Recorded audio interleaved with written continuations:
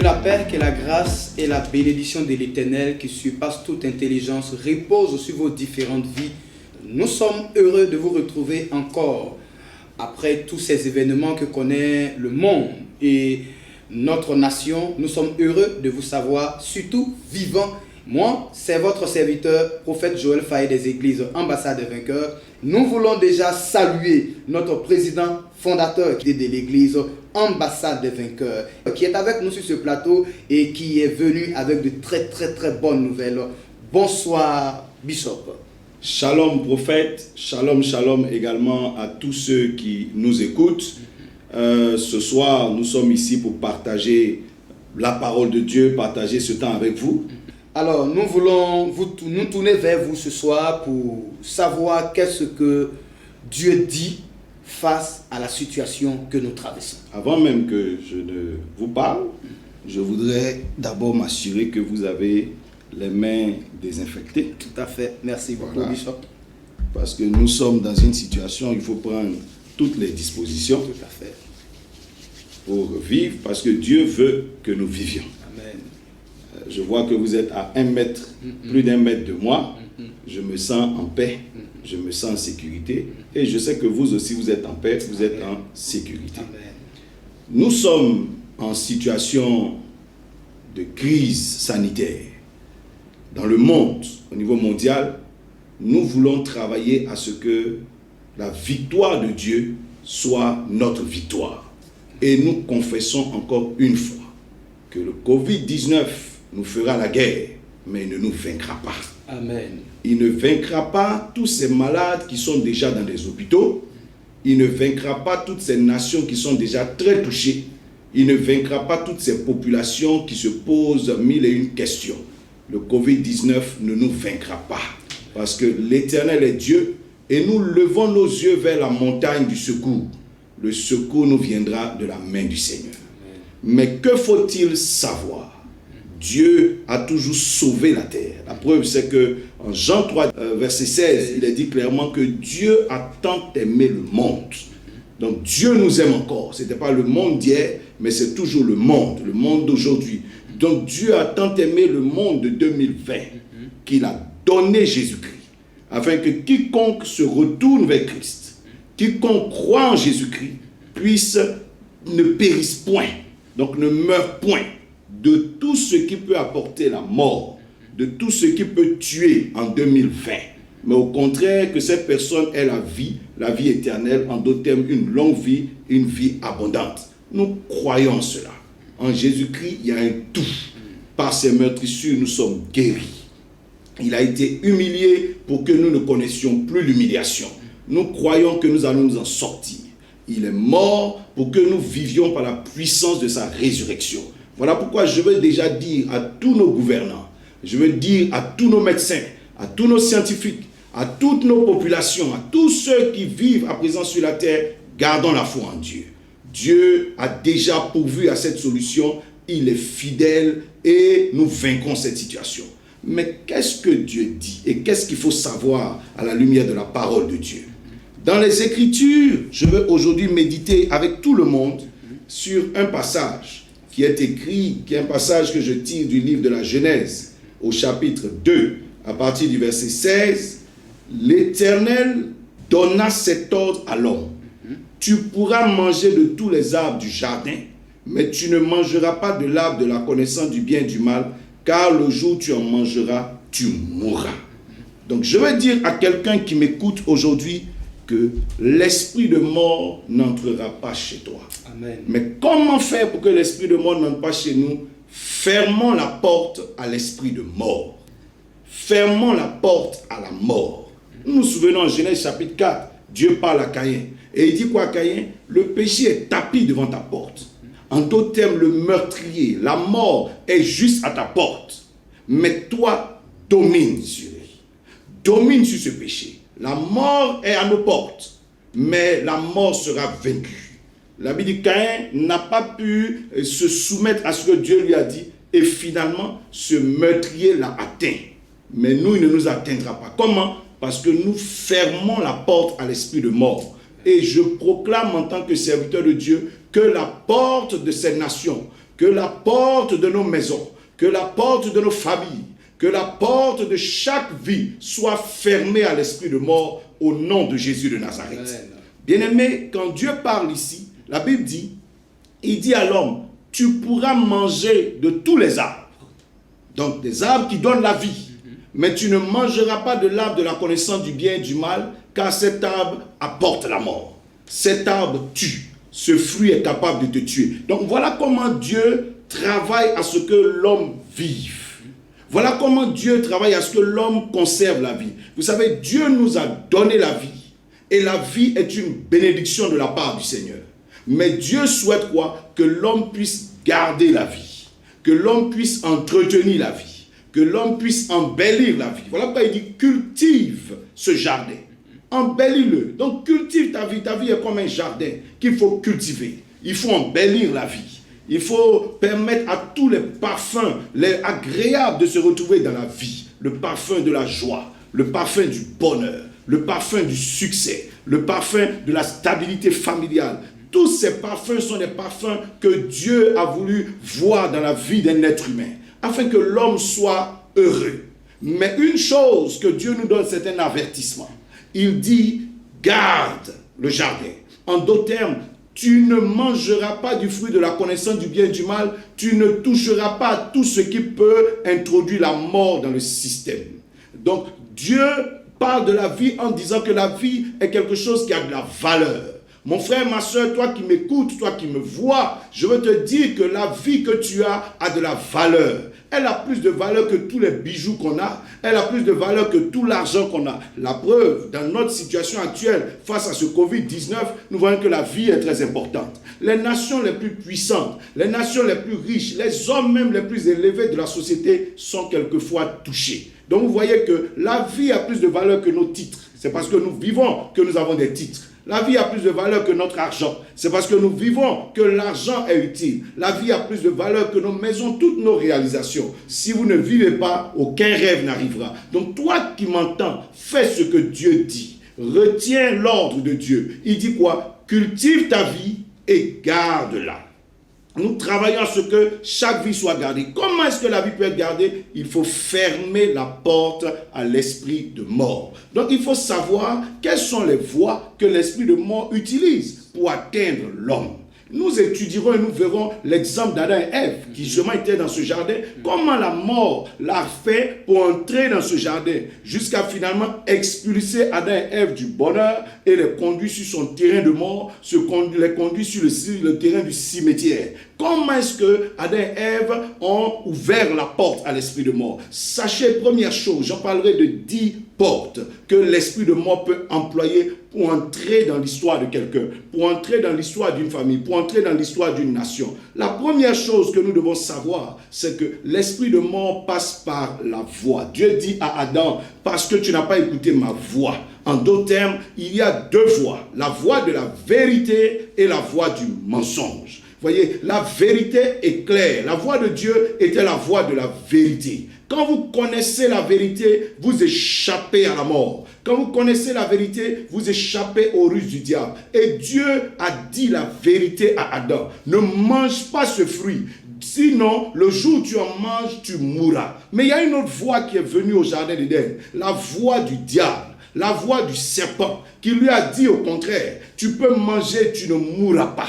Donc vous voyez que la voix de Dieu donnait la bonne information, l'information vraie. L'information vraie, c'est que manger le fruit de la connaissance du bien et du mal entraîne l'homme à la mort. L'information fausse est venue du serpent qui dit tu ne mourras pas, tu deviendras comme Dieu. C'était l'information fausse. Et c'est cette mauvaise information, cette information erronée qui manquait de vérité qui a tué Adam et Ève. Vous savez, la voie de la vérité permet à quelqu'un d'échapper à la mort. Quand vous fonctionnez, vous évoluez dans le mensonge, Quand vous fonctionnez dans les ténèbres du mensonge, vous allez droit vers la mort. Je prie que Dieu nous éclaire et que quiconque est en train de travailler à donner de mauvaises informations, que sa voix soit réduite au silence. Bien-aimés, nombreux sont ceux qui sont morts faute d'information, simplement parce qu'on n'avait pas la vraie information. Vous voyez, des fois, vous êtes malade, vous allez à l'hôpital, supposons qu'il y a une erreur médicale.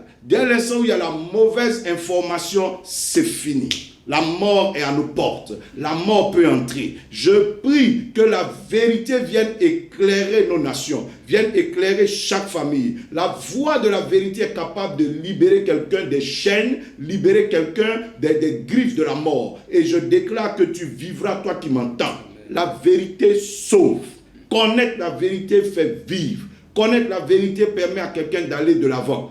Connaître la vérité permet à quelqu'un de triompher. Mais vivre dans le mensonge, c'est être déjà mort d'avance. Que la vérité triomphe au nom de Jésus. Amen. Nous entendons tellement d'informations, mais nous croyons que la bonne information sauvera quelqu'un. La deuxième voie que l'ennemi est capable d'utiliser, la Bible dit Adam s'est retrouvé avec Ève, Ève elle-même s'est retrouvée avec le serpent. La compagnie dangereuse, la compagnie meurtrière. Vous savez, des fois, vous vous préservez. Mais si vous vous retrouvez en compagnie de la mauvaise personne, cette personne peut vous entraîner à la mort. La preuve, Abel, un homme plein d'avenir, s'est retrouvé auprès de Caïn et Caïn l'a tué. Vous connaissez un peu ces histoires dans nos familles où tu es bien né, tu es intelligent, mais il se trouve que tu es entouré de personnes, soit jalouses, soit des sorciers comme on dit, et alors la mauvaise compagnie finalement finit par te détruire. La mauvaise compagnie t'entraîne ailleurs. Ici, Adam s'est retrouvé avec Ève qui elle-même avait déjà été contaminée par le serpent. Voyez, elle avait déjà été contaminée par le serpent. Le serpent était déjà touché par la mort, par le virus de la mort. Et le serpent a transmis ce virus-là à Ève. Et Ève aussi est allée transmettre finalement ce virus aussi à son mari qui était Adam. Vous savez, la mauvaise compagnie peut être dangereuse. Bien-aimés, vous qui m'entendez, ne soyez pas une compagnie dangereuse pour vos familles. Ne soyez pas une compagnie dangereuse pour ceux qui sont autour de vous. Voilà pourquoi ici, je suis en train de souhaiter que le prophète soit loin de moi. Pour ne pas être une compagnie dangereuse pour lui, lui non plus ne sera pas un danger pour moi. Vous savez, si vous vous retrouvez en présence de la mauvaise personne, la personne qui est déjà infectée, la personne qui est déjà touchée par le virus de la mort, la personne vous entraîne forcément dans la mort. La personne vous entraîne forcément dans les problèmes. Joseph a failli mourir parce qu'il s'est retrouvé en compagnie de ses frères qui eux-mêmes étaient déjà dans la tombe de la jalousie, qui étaient déjà dans la tombe de l'échec. Alors Joseph a échoué. Quand vous voulez réussir et que vous marchez avec des gens qui ne pensent pas à réussir et au contraire qui échouent, alors vous devenez un échec aussi. La bonne compagnie sauve. La bonne compagnie permet d'avancer. Je prie que tout serpent qui est tapis dans l'ombre et qui est en train de vouloir te contaminer avec son virus, qu'il soit démasqué. Amen. Et que ses œuvres soient vouées à l'échec au nom de Jésus. Amen. Que toute compagnie dangereuse soit éloignée de toi dans le nom de Jésus. La compagnie dangereuse peut tuer. Je prie que Dieu nous en préserve. Que Dieu nous garde. Vous voyez, des fois, vous vous retrouvez dans un bus, vous vous retrouvez dans un taxi, vous vous retrouvez quelque part. On ne sait pas aujourd'hui qui est infecté et qui ne l'est pas. La mauvaise compagnie, pendant que toi, tu prends toutes tes dispositions, cette mauvaise compagnie peut t'atteindre. Voilà pourquoi respectons ce que les autorités disent. Mon prophète, il y a une troisième porte que le diable peut utiliser, le serpent de la mort peut utiliser, la porte de l'indiscipline. L'indiscipline, tout simplement. Quand on ne suit pas les règles. Dieu avait dit ne mange pas le fruit de la connaissance du bien et du mal. Mais Adam et Ève ont mangé. Ils n'étaient pas disciplinés dans ce jardin.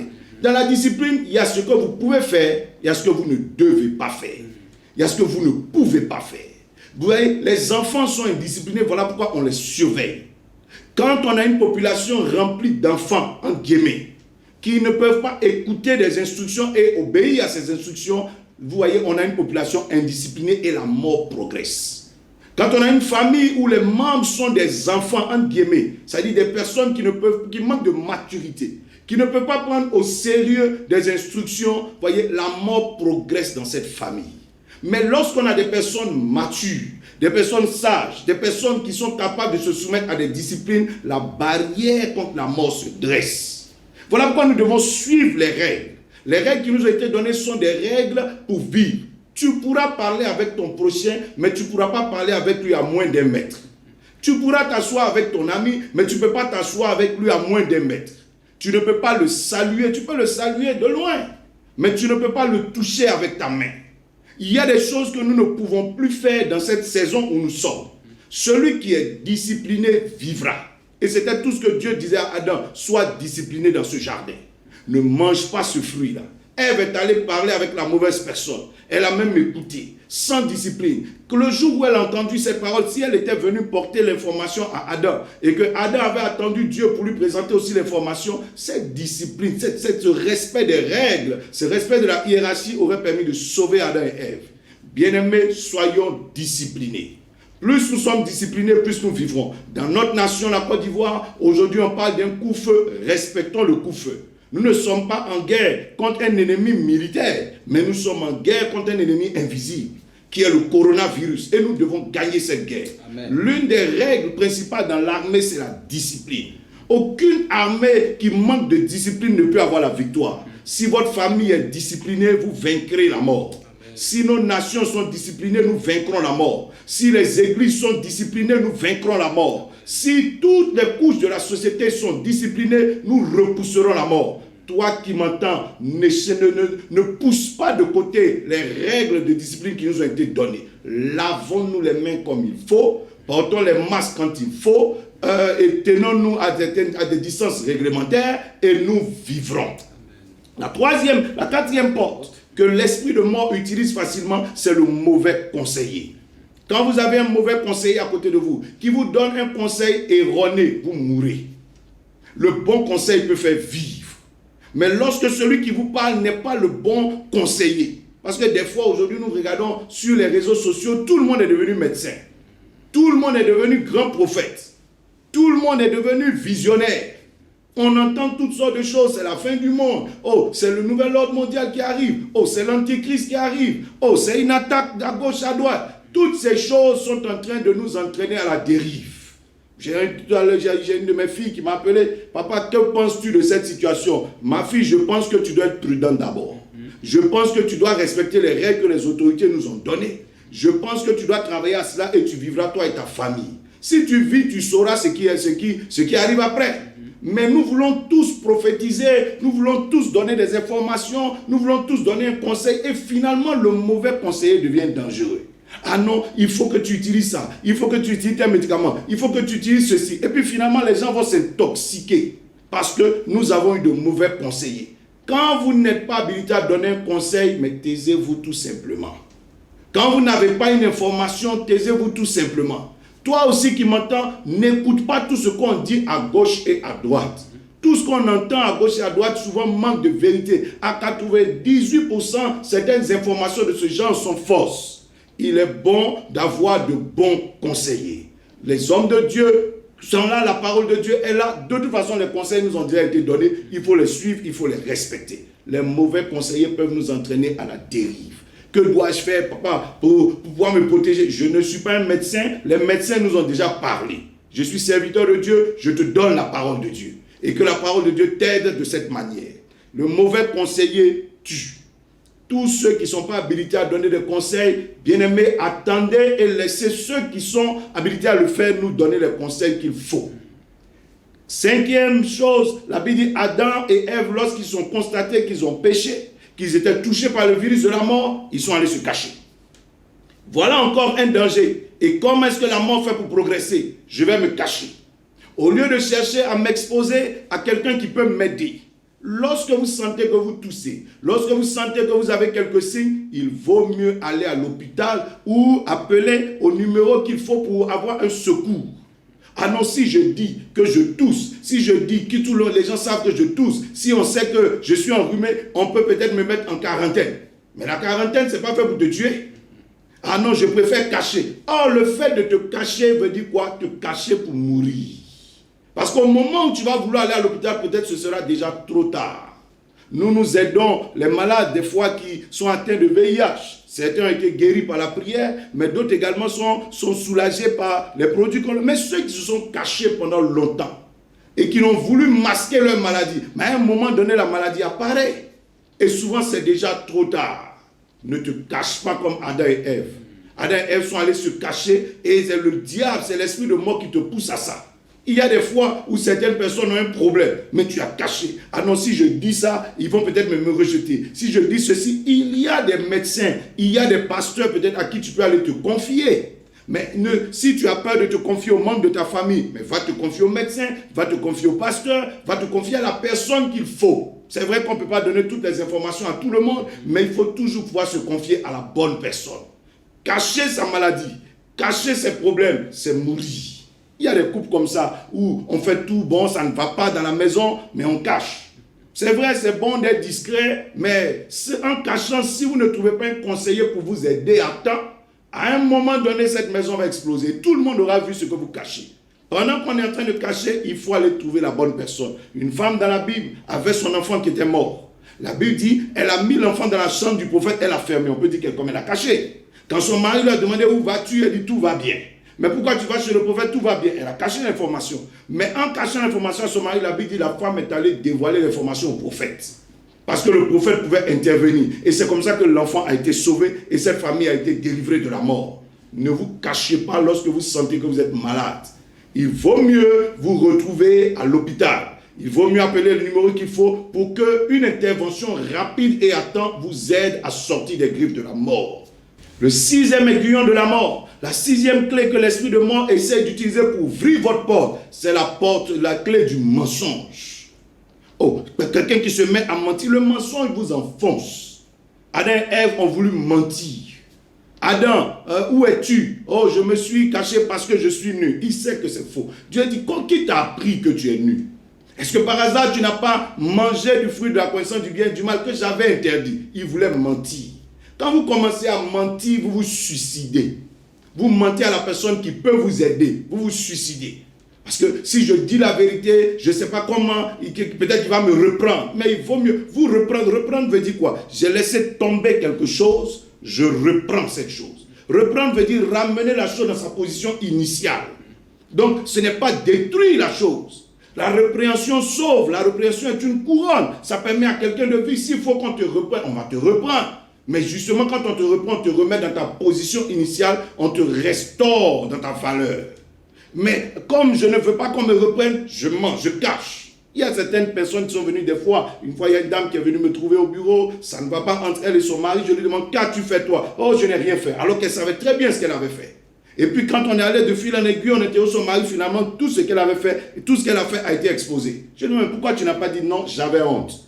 J'avais honte de te dire. Mais si tu as honte de te dévoiler, à la limite, de t'exposer, d'exposer le vrai problème à ton pasteur ou à ton médecin ou à la personne qui peut te traiter, mais comment veux-tu sortir d'affaire?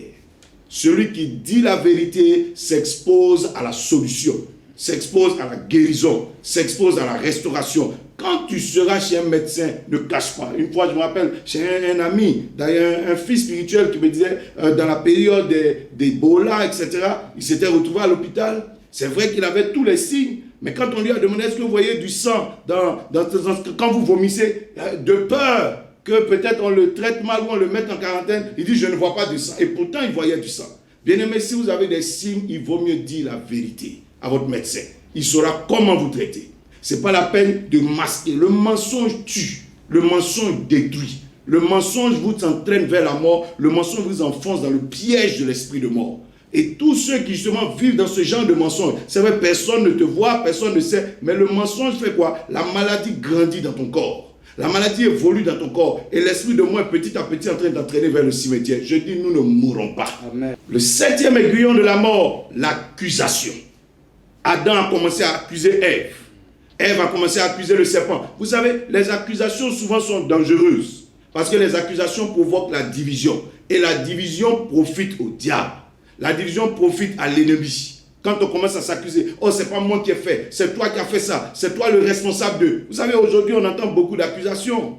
Oh non, nos autorités n'ont pas fait ça.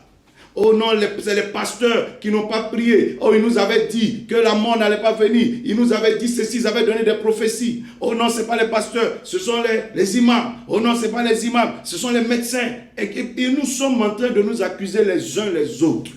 Bien aimé, au fur et à mesure que nous nous accusons les uns les autres, nous divisons l'armée.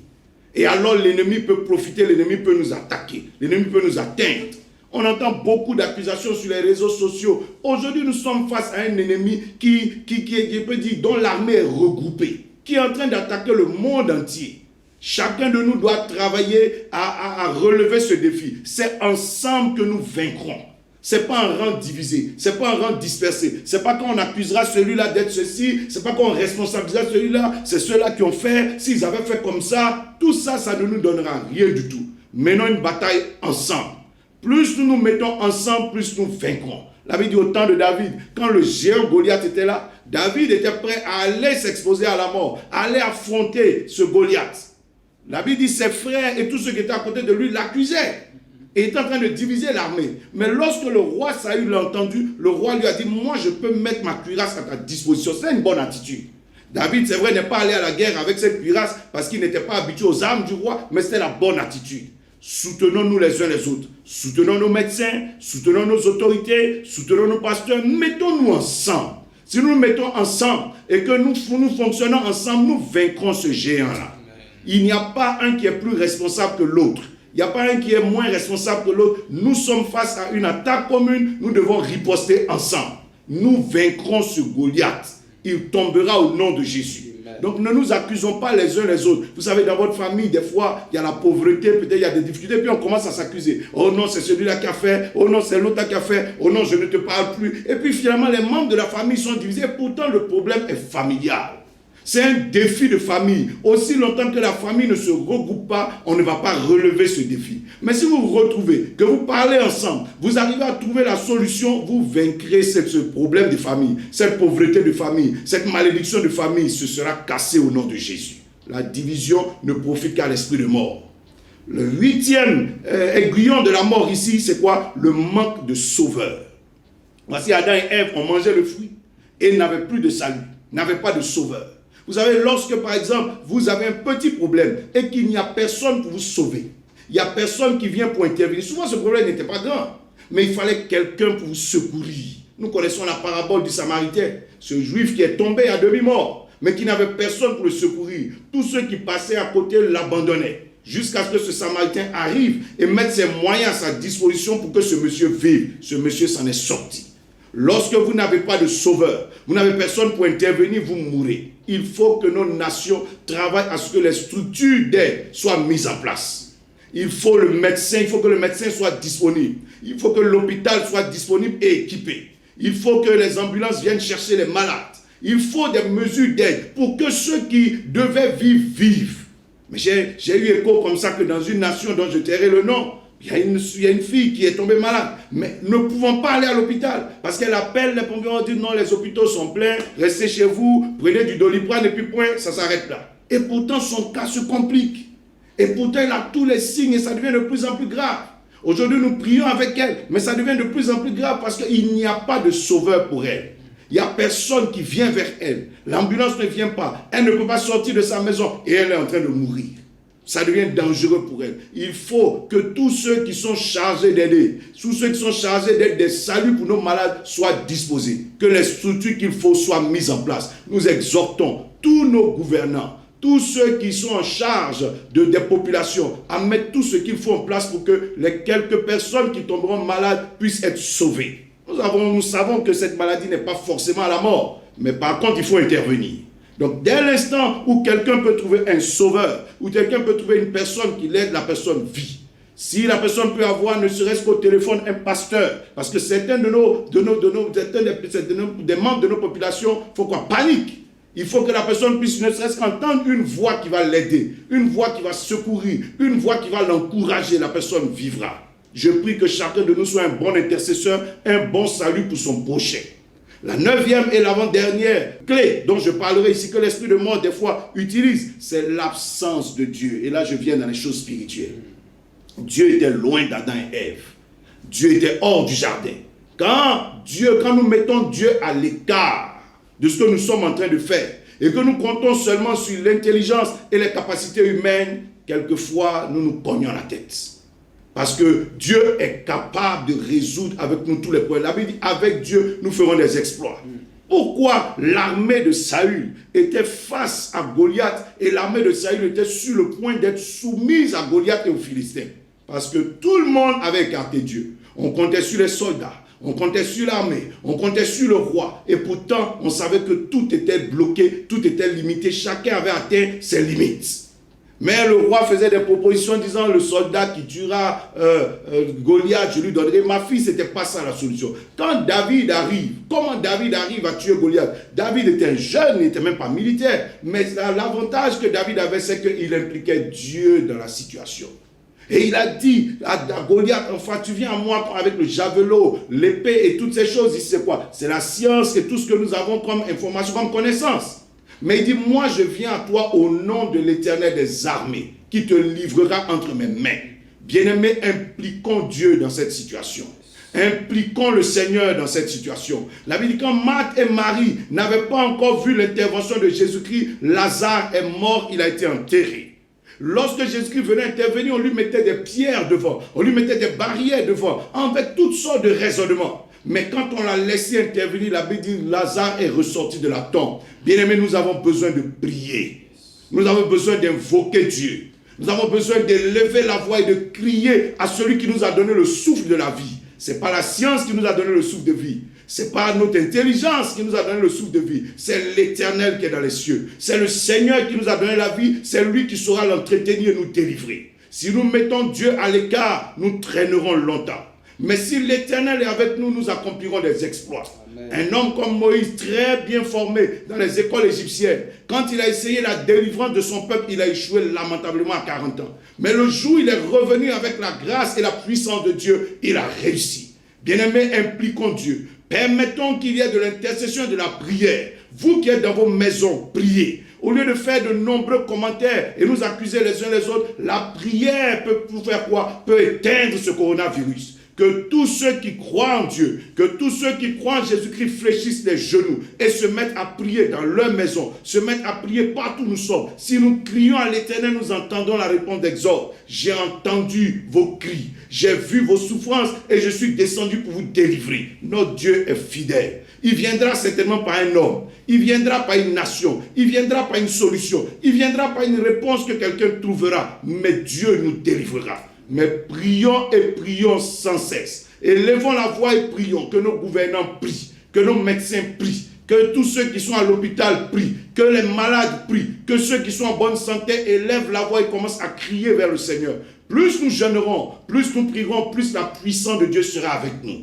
La dernière clé justement, c'est la clé de quoi? Du doute. Voyez, quand le diable réussit, lorsque nous prions et que nous doutons et que nous n'avons pas la foi, notre prière est sans puissance. La Bible dit, une femme était malade. Elle a tendu sa main vers la robe de Jésus-Christ en disant dans son cœur, avec foi, je sais que si je le touche, je serai guéri. La Bible dit, quand la femme toucha Jésus-Christ avec sa foi, une puissance est partie de Christ vers elle et la femme a été guérie. Voyez, la prière sans foi est sans puissance. Mais la prière de foi, la prière fervente du juste et la prière faite avec foi est remplie de puissance. Bien-aimés, accordons-nous dans la foi. Nous savons qu'il fera. Paul dit, nous savons une chose, c'est que toute chose concourt au bien de ceux qui aiment Dieu, de ceux qui sont appelés selon ses desseins. N'accusons pas Dieu, il n'est pas responsable de nos malheurs, mais élevons la voix avec foi et assurance, et nous verrons la gloire de Dieu. Que nous prions un jour, 2 jours, 1 semaine, 2 semaines, même si la prophétie tarde, elle s'accomplira. Gardons la foi du début jusqu'à la fin. Vous qui peut-être aujourd'hui ne pouvez peut-être pas vous rendre dans les lieux de culte, gardez la foi. La grâce de Dieu sera avec nous. Continuez à pratiquer votre foi comme vous la pratiquez lorsque vous étiez dans les églises. Continuez à adorer Dieu. Continuez à louer Dieu. Continuez à célébrer Dieu. Continuez à pratiquer la parole de Dieu. Continuez à parler au Seigneur concernant cette situation. Et nous sortirons de cette situation. Nous sortirons vainqueurs au nom de Jésus. Aussi longtemps que nous gardons nos portes fermées, l'esprit de mort n'entrera pas. Et moi je déclare que la porte pour la sortie du coronavirus est ouverte. Coronavirus sort de notre génération, sort de nos nations, sort de nos maisons, sort de nos hôpitaux. Au nom de Jésus, que la vie de Dieu soit manifeste en chacun d'entre nous, dans nos familles, dans nos nations, auprès de nos gouvernants. Que Dieu nous bénisse. Soyez bénis. Shalom, shalom chez vous. Amen, amen, amen, amen encore à cette parole du Seigneur qui vient ce soir pour repositionner quelqu'un dans les voies du Seigneur sur le chemin de la vie. Ces 10 clés qui nous ont été données par notre évêque nous ont été données pour fermer les 10 portes que l'Esprit pouvait utiliser pour atteindre la vie de quelqu'un, pour atteindre la maison de quelqu'un. Et nous croyons que si nous appliquons ces choses dans la pratique, nous verrons alors la main de Dieu intervenir. La Bible peut nous dire dans le livre de Psaume, en son chapitre 127, j'ai lu le verset 1er, Cantique des décrets de Salomon. Si l'Éternel ne bâtit la maison, ceux qui la bâtissent travaillent en vain. Si l'Éternel ne garde la ville, ceux qui la gardent veillent en vain. Je veux juste m'appuyer sur ce passage pour soutenir le 9e point que l'évêque nous a donné, qui est l'absence de Dieu. Évêque, suite à votre message, pour quelqu'un qui a constaté l'absence de Dieu dans sa vie ou dans sa maison, comment peut-il faire pour que Dieu vienne dans sa vie? Qu'est-ce qui éloigne Dieu de nos vies? La Bible dit, si Dieu s'éloigne, c'est à cause de nos péchés, donc de nos fautes, mais c'est aussi à cause de notre incrédulité. Dès l'instant où je me rends compte que je vis loin de Dieu, je peux me repentir, reconnaître mes fautes, reconnaître mes faiblesses et revenir au Seigneur. Si je n'y arrive pas seul, d'ailleurs, ce que je ne conseille pas d'ailleurs, il faut que je prenne attache avec un homme de Dieu qui saura me ramener vers la bergerie. Il faut que je me prenne contact avec une assemblée, avec d'autres personnes. Aujourd'hui, c'est vrai, on ne peut pas se rassembler, mais on peut garder le contact avec les frères et les sœurs à travers tout ce qu'il y a comme moyen de communication. Et la chaleur du troupeau, la chaleur que donne le troupeau me permettra de revenir. Mais ne reste pas loin du Seigneur. Ne reste pas loin du Seigneur, rapproche-toi de lui par sa parole, la méditation des Saintes Écritures. Mais encore, Dieu nous a donné des prophètes, Dieu nous a donné des pasteurs, Dieu nous a donné notre évêque, et vous pouvez vous rapprocher de lui et Dieu vous bénira. Nous voulons encore insister sur les mesures d'hygiène qui ont été données et sur lesquelles l'évêque est revenu dans son message en respectant les distances. D'ailleurs, sur ce plateau, nous avons respecté la distance qui a été donnée. Également, il faut se désinfecter les mains en lavant les mains à l'eau et du savon, à défaut avec les produits conseillés. N'est-ce pas? Vous allez botter hors de chez vous, loin de vous, n'est-ce pas, ce virus, ce géant, l'évêque l'a dit, ce géant sera vaincu dans le nom de Jésus-Christ. Nous allons nous retourner encore vers l'évêque pour recevoir sa prière. En dépit de tout ce qui a été donné, nous avons besoin de la prière de l'homme de Dieu. Et tous ces internautes, tous ces auditeurs qui sont connectés et qui suivent cette émission ont vu leur foi être repositionnée par la parole de Dieu. Ils ont besoin d'une prière. Évêque, nous sommes là. Nous prions. Seigneur Jésus-Christ, nous savons que tu es le rocher, que le vent, que la tempête ne peut déraciner. Ce vent de mort souffle, Seigneur, sur nos nations, mais nous savons que si nous nous tenons contre le rocher que tu es, nous le vaincrons. J'élève ma voix et je déclare que cette saison annoncée comme une saison de malheur passera. Dans le nom de Jésus. Seigneur, je prie pour toutes les familles et toutes les personnes qui m'entendent, que le sang de l'agneau, le sang de la rédemption, le sang du salut, le sang de la délivrance, que tu as versé à la croix de Golgotha en faveur du monde, que ce sang parle en notre faveur. Que la voix accusatrice qui est en train de nous livrer à la mort soit réduite au silence, dans le nom de Jésus. Que toute main ténébreuse qui travaille derrière, Seigneur, cette attaque soit vaincue au nom de Jésus. Que les esprits de mort qui se sont élevés contre nos familles soient vaincus au nom de Jésus. Seigneur, je prie que par tes meurtrissures, nous soyons en bonne santé, nous soyons guéris, nous soyons délivrés au nom de Jésus. J'élève ma voix, Seigneur, pour nos autorités. Je prie que la lumière de Dieu brille dans leur intelligence, les accompagne dans leurs réflexions, afin qu'ils puissent prendre les dispositions, les mesures qu'il faut pour le salut des populations. Seigneur, je prie pour tous nos médecins qui sont au travail, qui réfléchissent aujourd'hui, Seigneur, à trouver des solutions contre cette attaque. Seigneur, je déclare qu'ils soient éclairés par toi au nom de Jésus. Que la lumière de Dieu brille dans leur intelligence. Seigneur, nous prions pour tous les malades, tous ceux qui quelque part dans le monde se retrouvent malades, que la main de Dieu vienne à leur secours. Éternel, écoute nos prières et délivre-les au nom de Jésus. Seigneur, nous prions pour toutes ces familles qui ont déjà perdu un ou deux membres, Seigneur, de leur famille à cause de cette attaque. Oh Dieu, fortifie-les. Seigneur, guéris-les.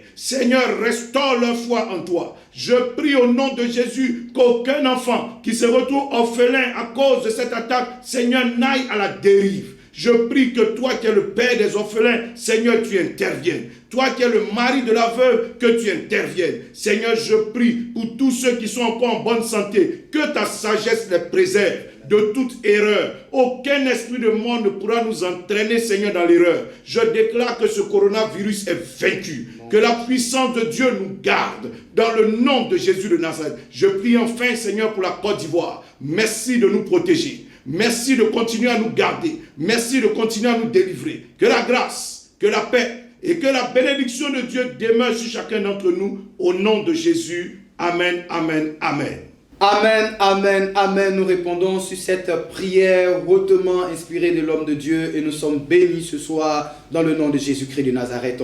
Fermez la porte à la mort avec ces 10 clés qui ont été données par l'évêque. Si vous avez été bénis, grande a été notre joie de vous servir et on se retrouve à la prochaine.